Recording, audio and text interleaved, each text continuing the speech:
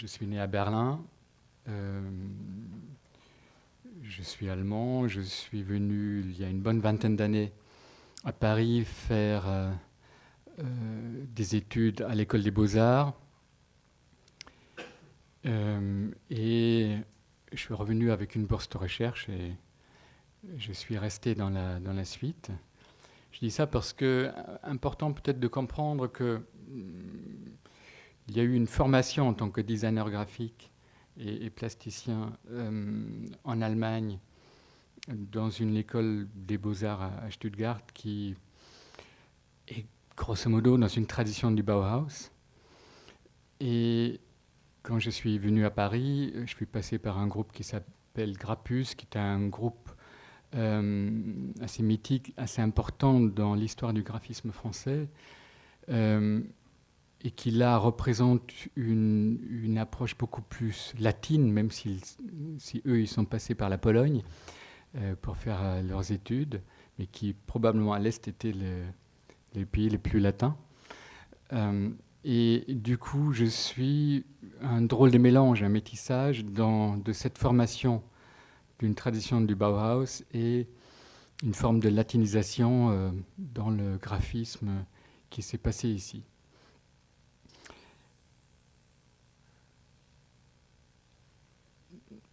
Autre élément peut-être important, comment un designer graphique bascule dans le champ de l'art et dans le champ de la ville. Rien de plus simple. Le travail que je vais montrer là, qui s'appelle Agraphe Mobile, est venu après une dizaine d'années de pratique en tant que graphiste, en tant que designer graphique, où, à un moment donné, j'ai fait le constat qu'il me manquait premièrement un laboratoire en dehors de la commande pour expérimenter des nouveaux vocabulaires visuels, pour expérimenter d'autres formes et d'autres approches que celles que je pouvais pratiquer dans le cadre de la commande. Mais la deuxième motivation était plus politique, qui avait un lien avec ma motivation de départ. Pourquoi je suis devenu graphiste ? Parce que pour moi, c'était l'incarnation d'un art public où justement les signes que j'allais créer ne restaient pas forcément enfermés dans une salle, dans un musée, dans une bibliothèque, même si ça peut être véhiculé par des livres, mais où une bonne partie de ces signes, par voie d'affiches, par voie de circulation des supports graphiques, deviennent des signes publics et s'adressent à tout public. Là où, justement, la problématique de l'art était être enfermé dans un lieu, dans une salle qui était prévue pour un musée, une galerie, un centre d'art, et qui, par ce seul fait, sélectionnait déjà son public. On sait très bien que tout le monde ne met pas ses pieds dans un musée ou dans un centre d'art. Et je constatais après 10 ans de pratique de graphisme que cet espace public, qui était a priori l'espace des créateurs graphiques, des affichistes surtout, était pratiquement plus praticable, au moins pour ceux qui ne voulaient pas travailler dans la publicité, dans une logique de marketing. Puisque quand vous vous baladez dans votre ville et vous recensez tous les signes produits, créés, conçus sur votre chemin, pratiquement tous les signes sont d'ordre commercial ou administratif. Commercial, puisque panneau 4x3, sucette de co, enseigne de magasins, enseigne de marque, ou administratif, la voirie, les panneaux qui vous disent où est-ce qu'on peut circuler, où est-ce qu'on peut se garer, où est-ce qu'on ne peut pas se garer. Pratiquement aucun signe, d'une certaine manière, d'un imaginaire qui vient d'autres univers, et souvent, dans la plupart des cas, pas de signes qui sont conçus ou par ceux qui habitent sur ce territoire, ou qui sont conçus vraiment pour ceux qui sont des usagers de ces territoires. D'une certaine manière, c'est une sorte de colonisation de l'espace public par des signes qui sont conçus ailleurs et qui vont coloniser d'une manière complètement aplatissante une ville, si elle s'appelle Paris ou Roubaix ou Marseille, ou si c'est un village ou une ville moyenne. À partir de là, une question. Qu'est-ce qu'on peut faire pour reconquérir cet espace qui, pour moi, cet espace public, qui n'était plus si public que ça, qui est un espace en voie de privatisation. Privatisation qui passe par d'autres facteurs aussi. Vous avez pratiquement plus d'espace où vous pouvez vous poser dans la ville, vous attarder, vous asseyer, sans consommer. Les plus belles places sont toujours conçues d'une manière qu'il y ait des terrasses où on ne peut que rester si on a les moyens de payer une consommation. Et du coup, on est très très loin de l'idée d'agora, qui est d'une certaine manière l'idée de départ de la démocratie, où la place publique est la place de l'expression du débat public, l'espace de circulation et de rencontre des citoyens entre eux. On est très loin de cette idée. Quoi faire pour le reconquérir ? C'est là où est née l'idée d'Agraphe Mobile, de dire j'ai pas le pouvoir en tant que graphiste ou en tant que plasticien d'acheter tous les panneaux 4x3 de France pour proposer un autre imaginaire que celui qu'on voit tous les jours là-dessus. Il faut alors des stratégies probablement plus éphémères qui, à me donner, peuvent transformer un espace public limité dans un quartier, dans une ville, pour un temps donné, une nuit, une semaine, un mois, et par là proposer une autre manière de concevoir cet espace à d'autres après, de dire on veut peut-être inscrire ça dans la durée, on veut peut-être ce type d'expression publique, donner une suite à ça, mais ça c'est à mon avis l'œuvre, le travail ou des politiques ou des urbanistes. Moi, avec mes moyens, je ne peux que le faire d'une manière éphémère. Et à partir de là, une expérience que j'ai eue va rentrer dans les images et quelques extraits de films. Je dis tout de suite des images et des films pris dans un livre. Normalement, on fait toujours la pub à la fin de la conférence pour le support. Je le dis tout de suite parce que c'est un éditeur extrêmement courageux, un petit éditeur indépendant qui a permis la publication de cette expérience depuis 10 ans. Et il faut vraiment rendre hommage à ce courage, puisque c'est des livres qui se vendent pas. Voilà. Sauf pour vous, peut-être. Bon. Et juste quelques images avant d'aller vers un premier projet qui ont commencé alors à Chaumont en Haute-Marne, qui est une ville... petite ville, 20-25 000 habitants, dans une zone plutôt rurale, qui accueille un festival de graphisme et d'affiches depuis une vingtaine d'années, parce qu'un député, par hasard, a eu le malheur d'être collectionneur d'affiches, a légué ça à la ville, et les pauvres, ils ont dû en faire un festival. Et avec ce festival, s'est mis en place quelque chose qui est très intéressant, une forme de résidence de graphiste, où on invite un graphiste pendant 1 an travailler dans cette ville et avec les habitants. C'est là où je me suis dit, je peux rôder ce format quelque part que j'avais en tête, et j'ai conçu 3 projets là-bas. On va juste quelques extraits ici d'un premier projet qui s'appelait en 2001 « T'as qu'à le faire ». 2001, rappelez-vous, c'était le centenaire de la loi sur les associations. Et ça me donnait envie de réinterroger cette liberté que n'importe quel citoyen peut s'associer avec un autre pour une cause qu'il choisit librement et qu'il défende en dehors de toute autre institution.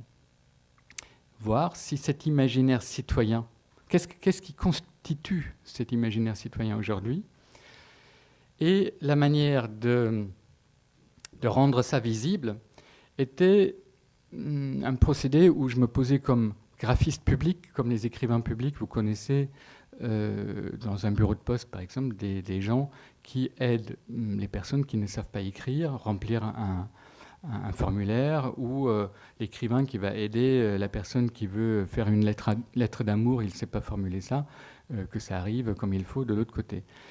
De cette manière-là, j'ai dit dans le journal local, moi, je veux bien accueillir toute association de cette ville qui a 1 heure pour m'expliquer sa motivation, de son engagement, et je vais essayer de transformer ça dans un langage graphique, de pictogrammes. Je vais dessiner ce que j'ai compris de cet engagement.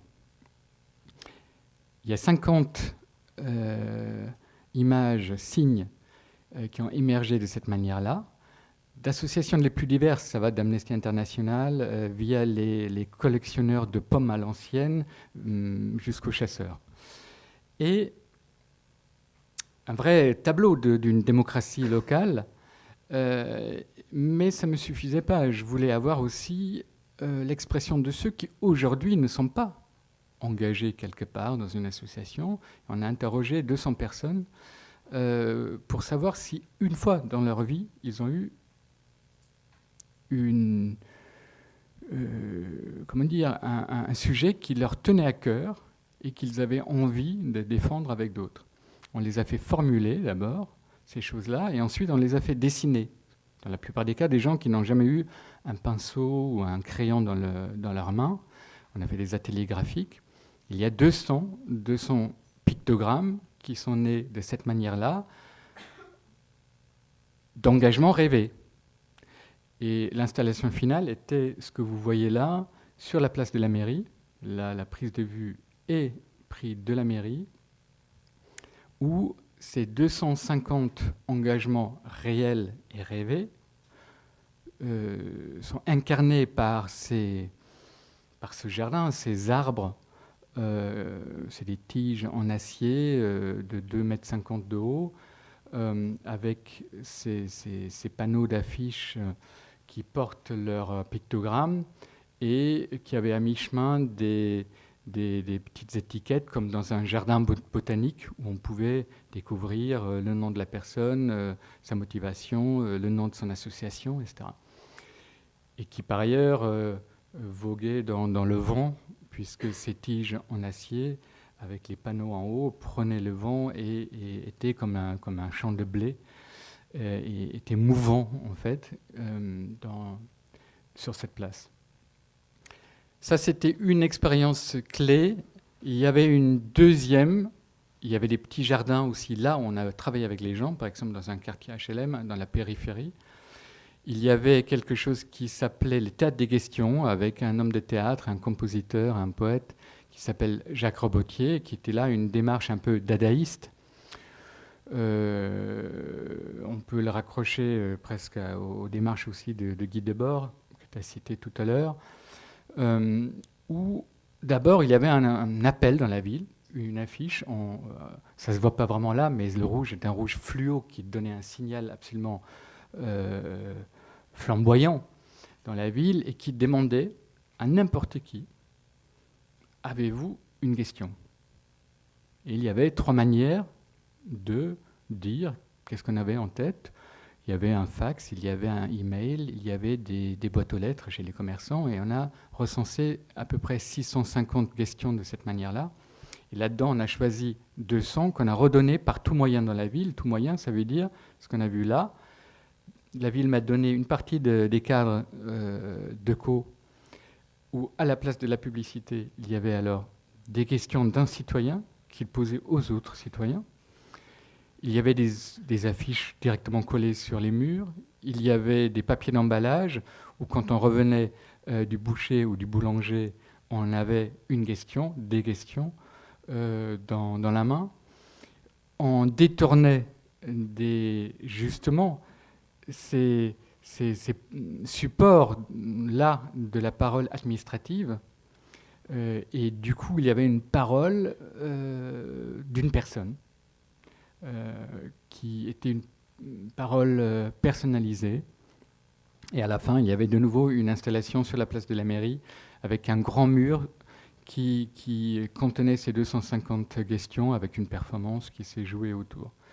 Juste pour vous dire un peu là où j'ai rodé ce format, important aussi à comprendre la taille de cette ville.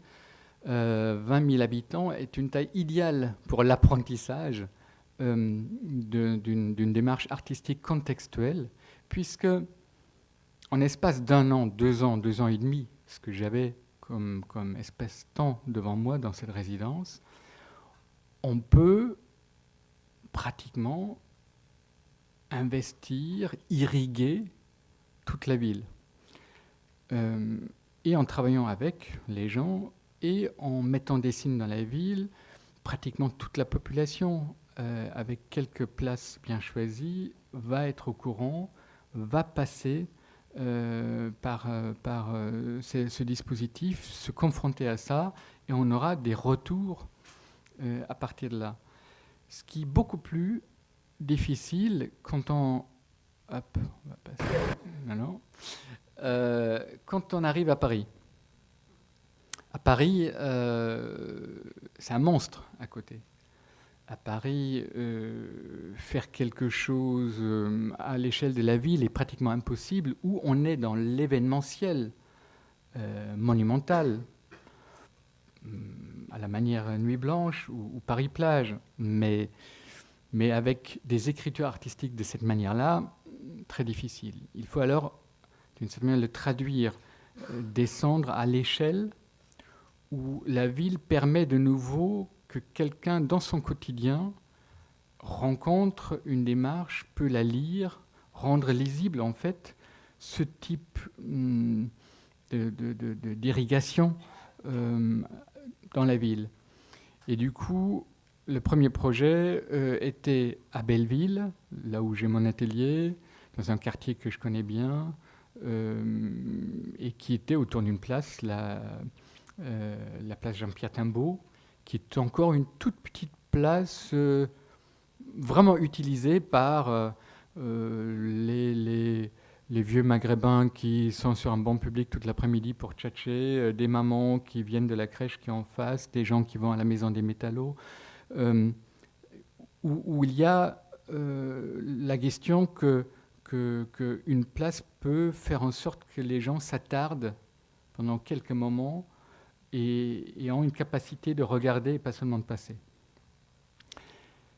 Après cette expérience, en 2006, la ville de Paris est venue me voir pour m'inviter à un projet.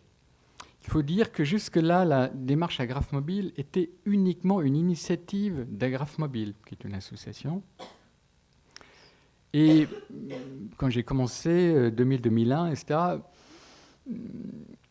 j'avais des collègues de design graphique, des designers qui me regardaient un peu de manière sceptique en disant « Mais Malte, qu'est-ce que tu veux, à part tes affiches de théâtre pour lesquelles j'étais connu ou d'autres supports, qu'est-ce que tu veux faire là dans un quartier, dans une ville? Est-ce que c'est vraiment le travail du graphiste, etc. » Et les gens dans les institutions qui sont plus du côté de l'art contemporain, des plasticiens, disaient on ne comprend pas très bien non plus parce que pourquoi tu ne fais pas une installation dans un centre d'art, dans un lieu qui est prévu pour, ou à la limite, voilà, propose-nous quelque chose pour une œuvre pour le tramway.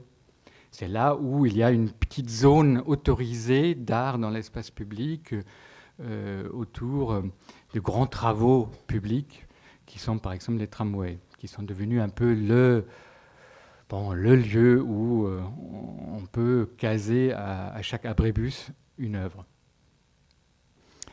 Mais cette manière plus éphémère, et qui repose sur un échange, une réactivité, entre l'artiste et les habitants était un ovni.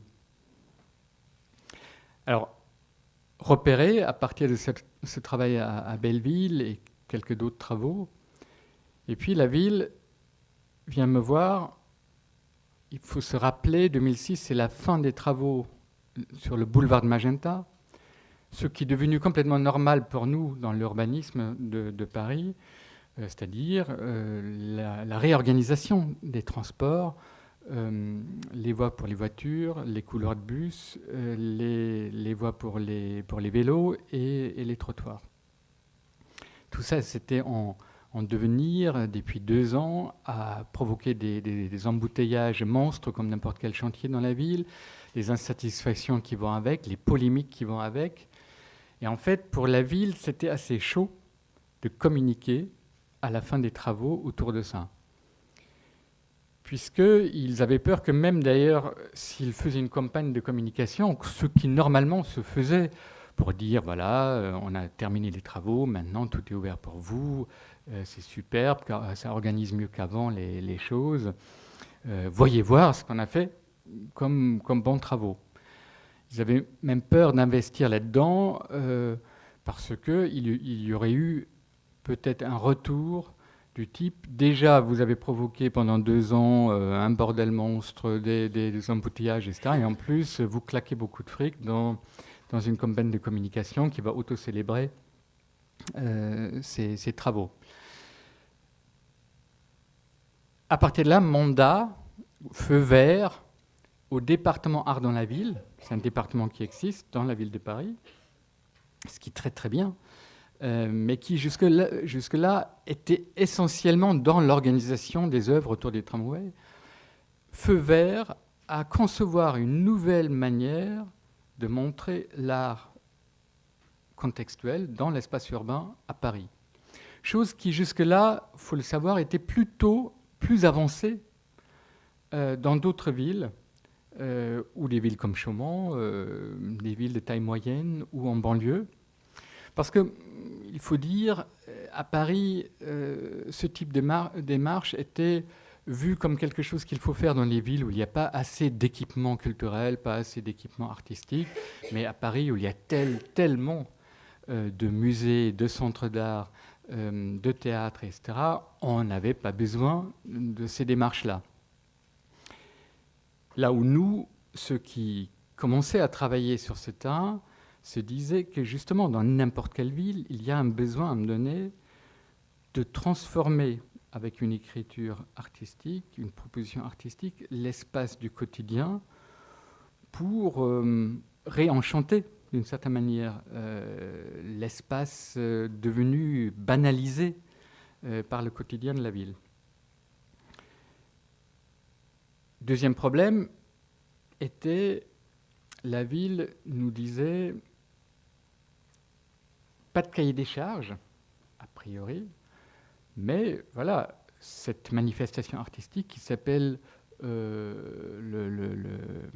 c'était quoi le nom officiel, je ne me rappelle plus, Magenta éphémère, très bien, était pour célébrer la fin des travaux sur ce boulevard. Ça me mettait un peu en porte-à-faux, dans le sens où, justement, j'aurais pu avoir le sentiment qu'un travail d'artiste qui a à interroger un objet, un espace, une démarche, une ville, doit obligatoirement célébrer, ce qui n'était pas ma conception du rôle d'un artiste.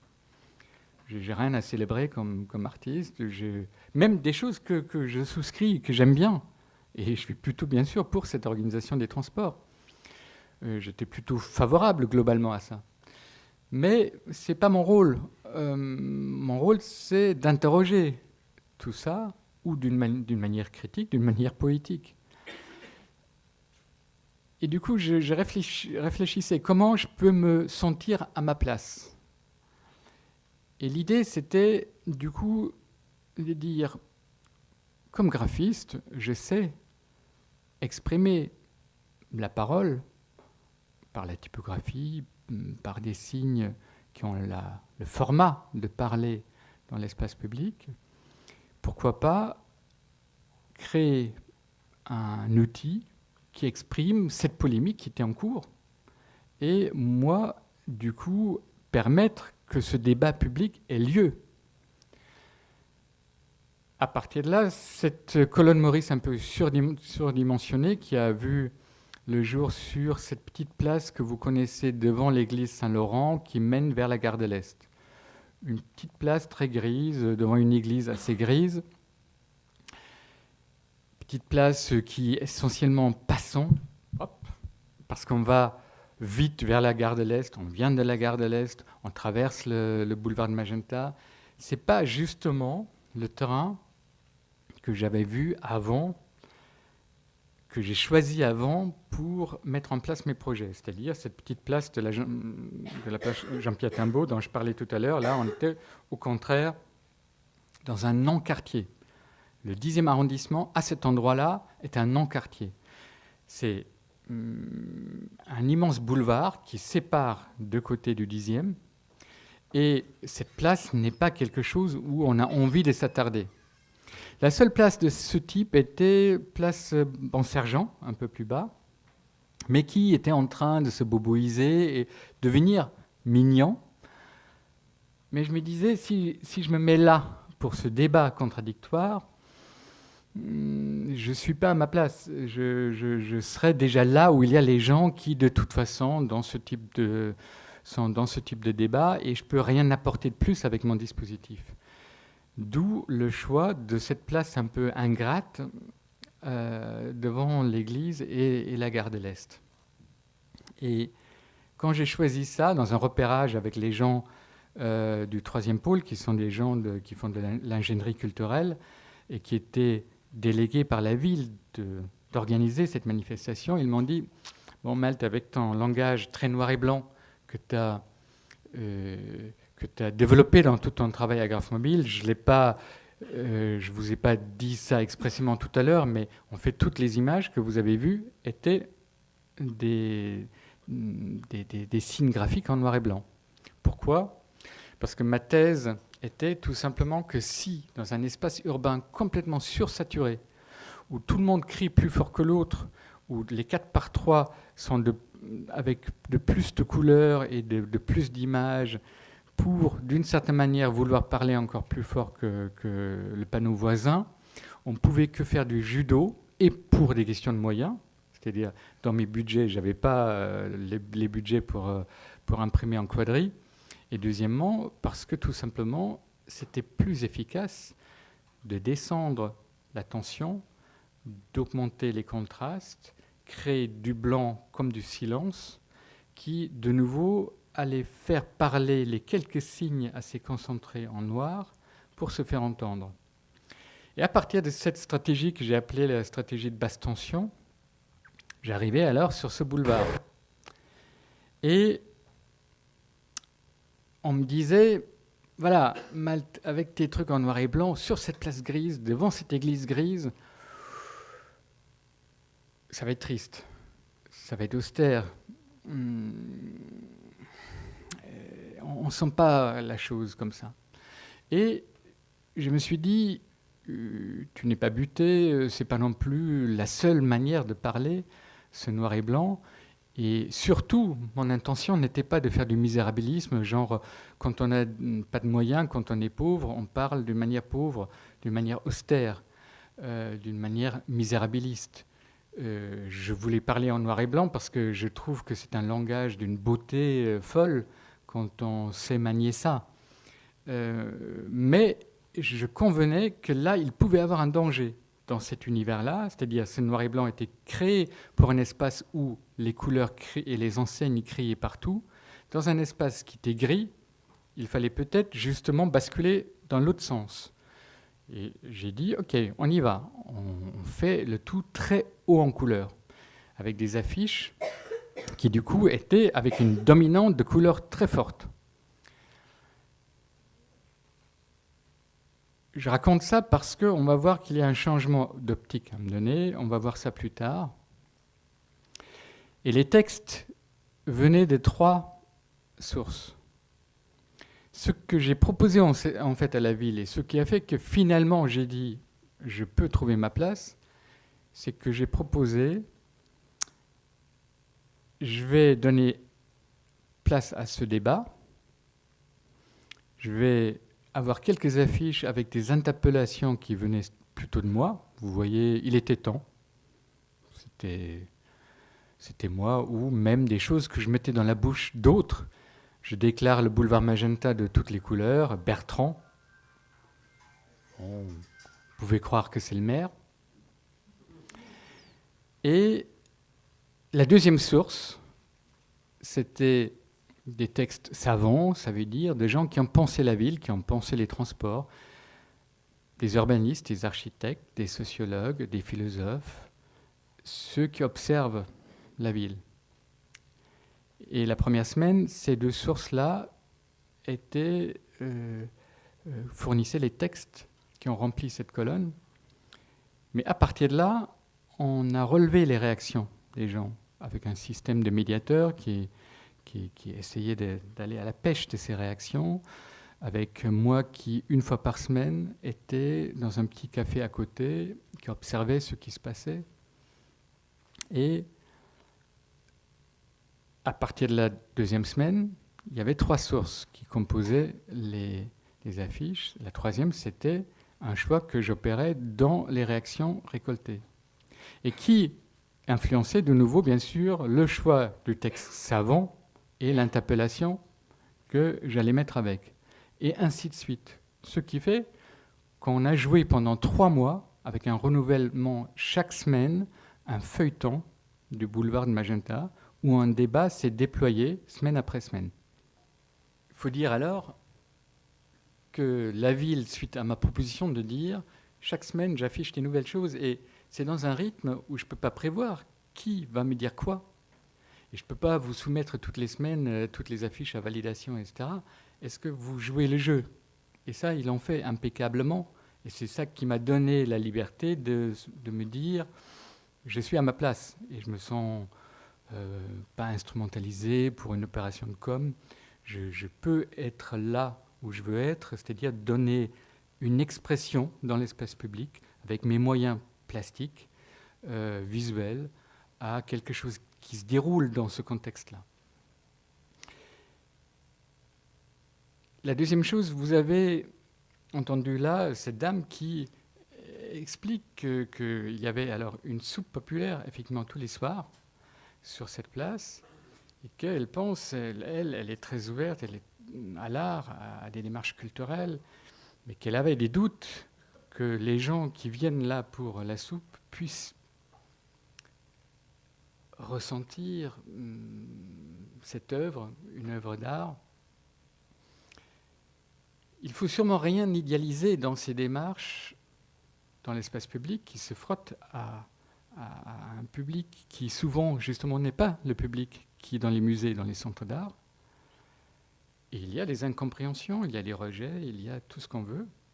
Et en même temps, on voit bien dans le film qu'il y a des regards des gens dont elle parlait qui me paraissaient extrêmement attentifs, ou même la parole de ces gens-là qui étaient complètement dans la rencontre avec cette œuvre. Et la chose la plus intéressante pour nous était la suivante. Je vous ai dit, il y avait des médiateurs. Et pour expliquer, la ville avait mis en place des médiateurs, des étudiants en art, qui avaient des petits flyers, qui étaient souvent pendant des heures de la journée autour, qui expliquaient à ceux qui voulaient savoir qu'est-ce qui se passe, qu'est-ce que c'est, la motivation, la composition, et tout ça. Mais souvent, ils n'y arrivaient pas très bien, ils ne trouvaient pas les mots pour parler à ces usagers-là. Et ceux qui se sont révélés les vrais médiateurs, et par leur permanence, par leur connaissance de cet espace, parce que c'est eux qui vivent sur cette place, c'était les sans domicile fixe. Où il y a tout un groupe qui s'est dégagé, à fur et à mesure, qui était pratiquement intégré dans notre démarche. Et quand des gens se rapprochaient, c'est eux qui allaient les voir, qui leur expliquaient. C'est eux qui me donnaient des paroles qui se sont dites et qui sont devenues des affiches après, etc. Ça, c'est une expérience extrêmement riche, forte, importante pour moi sur ce plan. Qui habite vraiment l'espace public justement cet espace-là qui est ingrat, qui est passant, c'est ces gens-là qui sont les vrais usagers de l'espace public. Troisième histoire, là vous voyez ces affiches haut en couleur.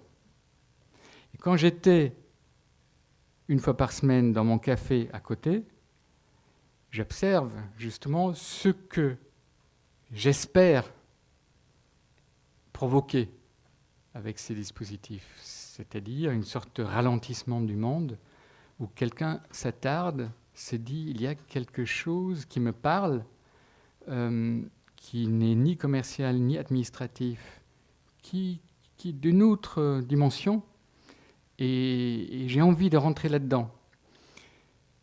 Et ça provoque un ralentissement déjà pour pouvoir lire.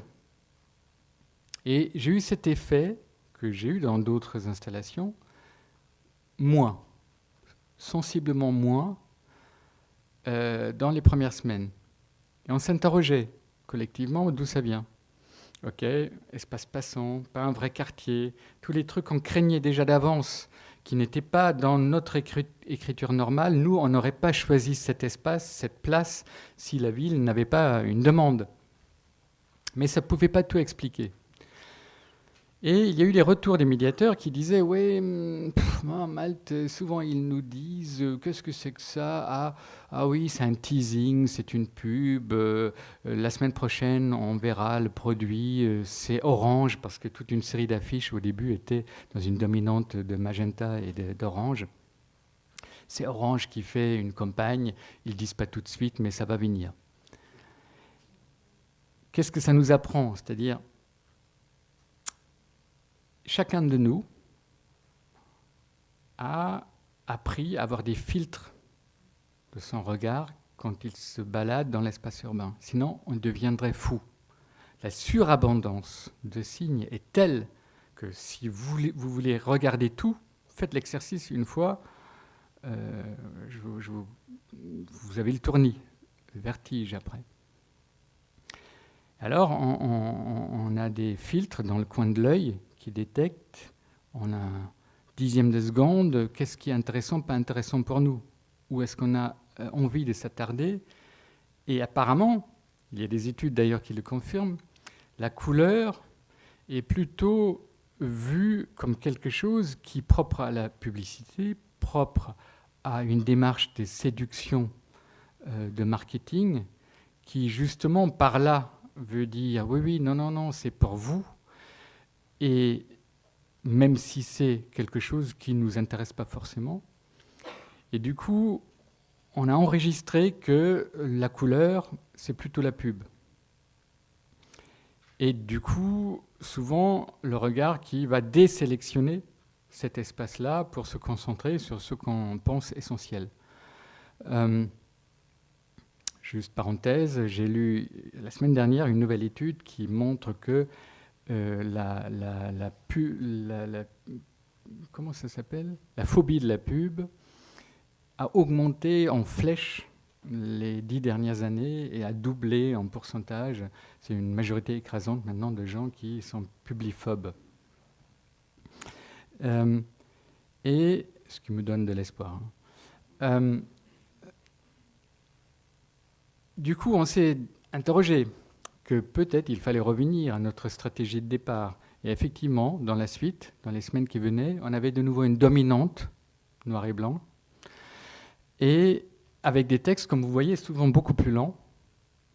Et effectivement, de mon petit poste d'observation du café, je voyais plus de réactions de gens qui voulaient rentrer dedans, parce que quelqu'un qui, avec ce dépouillement, parle dans l'espace public, doit avoir quelque chose à dire qui n'est pas juste un message pour acheter ceci ou pour ne pas se garer par là.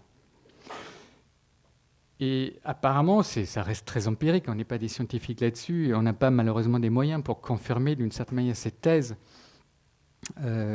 par une étude plus fournie. Mais c'est notre intime conviction, notre expérience, notre ressenti pendant ces 3 mois de travail sur le boulevard de Magenta. Voilà. Je vais aller un peu plus vite parce que je suis en train de dépasser bien. Et c'était peut-être bien d'avoir justement beaucoup de tout un tour complet autour d'un événement.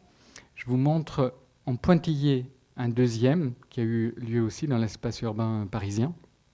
Mais à la limite, on pourra en discuter s'il y a de l'espace encore pour des questions-réponses. Travail dans le quartier de Saint-Blaise, 20e arrondissement. En haut, c'est très Paris-Village, très chouette, très aussi avec une gentrification qui avance, mais un espace extrêmement sympa. Et par le bas, quand on va vers le boulevard Davout, la porte Montreuil, on a une cité de logement social qui est la plus dense de France et apparemment de l'Europe, où sur quelques mètres carrés, il y a 15 000 personnes dans une configuration où c'est plutôt comme un amphithéâtre autour d'un square. Et au pied d'un des immeubles, il y avait une bibliothèque, ce qui était un truc superbe, je crois, oui, du milieu des années 70, où on a dit il faut des espaces culturels justement là. C'était une bibliothèque modeste, mais qui justement avait sa fonction de mixité sociale, parce que ceux du bon côté de Saint-Blaise venaient emprunter leurs livres là, et ceux du quartier HLM allaient aussi pour les livres là, pour faire leurs devoirs, parce que chez eux, ils n'avaient pas la place, etc. Nouveau projet de bibliothèque, un peu plus loin, qui maintenant a ouvert en face de la Flèche d'Or, la meilleure, la plus grande bibliothèque de Paris. Il n'y a rien à dire sur la volonté, d'une certaine manière, de donner un bel équipement de ce type-là à un quartier. Là où c'est compliqué, c'est du bon côté de Saint-Blaise. Et, si on veut ou pas, les habitudes sociales font qu'il y a des frontières invisibles dans un quartier. Ceux du quartier HLM ne vont pas vers le haut, ils vont vers la porte Montreuil, parce que les magasins où il y a des prix qu'ils peuvent payer sont plutôt de ce côté-là, etc. Et les habitudes sociales sont de ce côté-là. Et du coup, pas évident de les faire venir là-haut. Et ils vont vivre, bien sûr, la fermeture de leur petite bibliothèque au pied d'un immeuble aussi comme un traumatisme. À partir de là, il y avait une interrogation de la politique de la ville, de l'EDL, de l'équipe de développement local, sur qu'est-ce qu'on fait de cet ancien équipement, qui était une très, très bonne interrogation et qui aboutit sur, je fais court, un nouveau projet. Et c'est à ce moment-là qu'on a fait appel à Graphmobile en disant, pendant les 2 ans où l'ancienne bibliothèque fonctionne encore mais va fermer, l'autre va ouvrir, est-ce que tu peux t'imaginer un travail dans l'espace public sur le mot, la lecture, l'écriture? Et on a relevé ce défi, on a écrit un projet qui s'appelle Mots publics à Saint-Blaise, qui pendant 3 ans a développé un travail sur la notion de voyage dans son propre quartier, puisque ce quartier, globalement, est un grand projet d'aménagement urbain, un quartier qui se transforme en profondeur. C'est-à-dire, les gens étaient devant ce problème de subir cette transformation, et nous, on voulait essayer de les amener vers quelque chose où ils sont acteurs dans cette transformation, et où la question de la transformation est sublimée par une notion plus poétique du voyage. On est de nouveau chez Guy Debord, les dérives, etc. Bon. Ou l'Olipo, mais bon.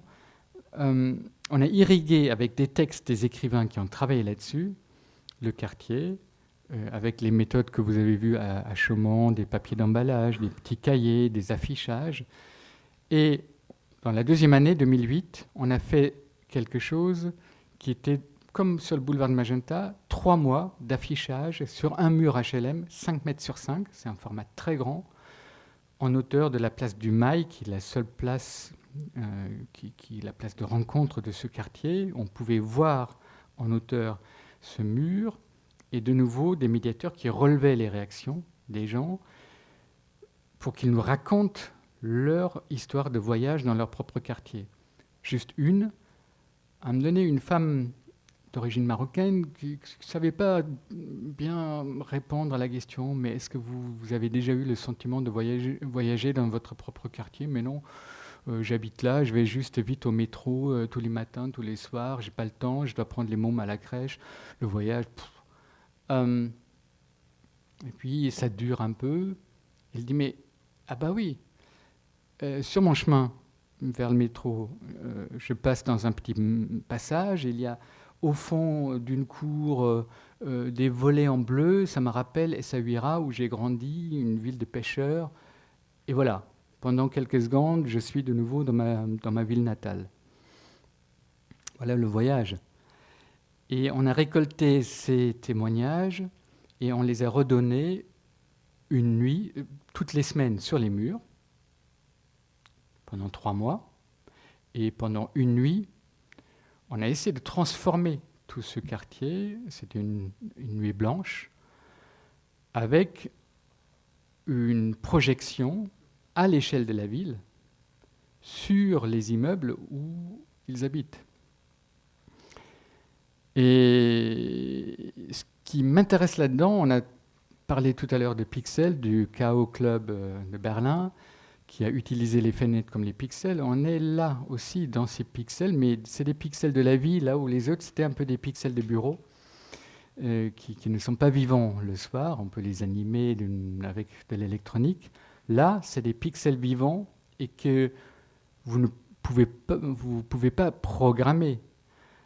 Ça s'allume là où quelqu'un arrive le soir parce qu'il vient du boulot, et l'autre, il va se coucher et ça va s'éteindre. Et toute la nuit blanche, de 19h à 2h du mat', il y a un écran pixel qui va se changer. Et on a écrit la création typographique d'une manière d'être à la fois encore lisible et en même temps mangé de temps en temps par ces pixels de la vie en traversant ces fenêtres. Voilà, je vais m'arrêter là. S'il y a quelques questions, quelques commentaires, quelques remarques, voilà.